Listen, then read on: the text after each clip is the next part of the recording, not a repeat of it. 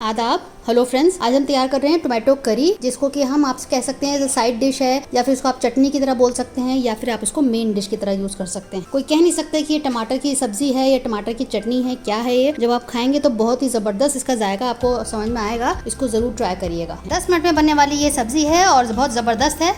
चलिए हम आपको दिखाते हैं क्योंकि टमाटर की सब्जी मैंने किस तरह से तैयार की है। टोमेटो करी बनाने के लिए सबसे पहले हमने यहाँ पे पैन रखा है, इसमें हम ऑयल डालेंगे। तेल गर्म हो गया, सबसे पहले इसमें हम राई डालेंगे, उसको कड़कने देते हैं। इसमें हमने हरी मिर्च डाली है, कड़ी पत्ता, और हमने यहाँ पे उड़द की दाल और चने की दाल हाफ टी स्पून ली है, इसको भी हम डाल देते हैं और अच्छे से इनको मिक्स कर देते हैं। अच्छे से पक गए हैं। इसमें हम एक प्याज अंडे जैसी हमने काटी है, इसको डाल देते हैं। बड़ी प्याज थी और उसको भी हल्का सा पिंक कर लेंगे। थोड़ा सा लहसुन अदरक का पेस्ट हाफ टी स्पून डाल देते हैं, इसको भी मिक्स कर देते हैं। जब आपके घर में कोई सब्जी नहीं होती है तो घर के बेसिक सामान जैसे कि प्याज, हरा धनिया, टमाटर, इनसे कैसे सब्जी बनाई जाए, कैसे उनको यूटिलाइज किया है, बढ़िया सी रेसिपी तैयार की जाए। बहुत ही अच्छी ये बनती है रेसिपी, आप जरूर ट्राई करिएगा। जब कभी ऐसा हो कि घर में कोई सब्जी नहीं है या नॉनवेज घर में नहीं रखा है तो आप ये जरूर ट्राई करिएगा।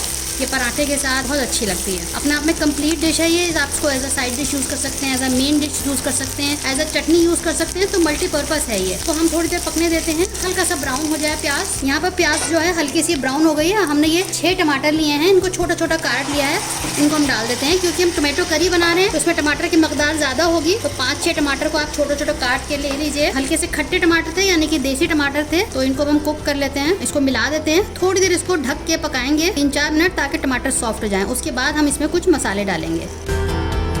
तो यहाँ देख लेते हैं, देखिए अब टमाटर सॉफ्ट हो गए हैं। इसमें अब हम कुछ मसाले डाल देते हैं। हमने हरी मिर्च डाली है तो उसके मुताबिक आप इसमें मिर्च डालिएगा। लाल मिर्च हमने 3-4 टीस्पून डाला है, धनिया पाउडर 1 टीस्पून, हल्दी 1/4 टीस्पून, थोड़ा सा गरम मसाला, थोड़ा सा नमक डाल रहे हैं। अब इसको अच्छे से मिक्स कर देंगे। टमाटर अभी पूरी तरह गले नहीं हैं, तो इसमें हमें दोबारा से थोड़ा सा पानी डालना पड़ेगा ताकि टमाटर अच्छे से पक जाए, गल जाए। इस तरह से जो मोटा मोटा दिख रहे हैं ऐसे नहीं दिखना चाहिए। हमने अच्छे से मसालों को मिला दिया है। थोड़ा सा पानी डाल देते हैं। हमने पानी डाल दिया है ताकि टमाटर अच्छे से कुक हो जाए। इसको हम लो टू मीडियम फ्लेम पे रख देते हैं ढककर 5-7 मिनट के लिए। फिर हम आपको थोड़ी देर में दोबारा से दिखाते हैं। खोल कर देख लेते हैं। देखिए अच्छे से इसका टमाटर जो है गल गए हैं।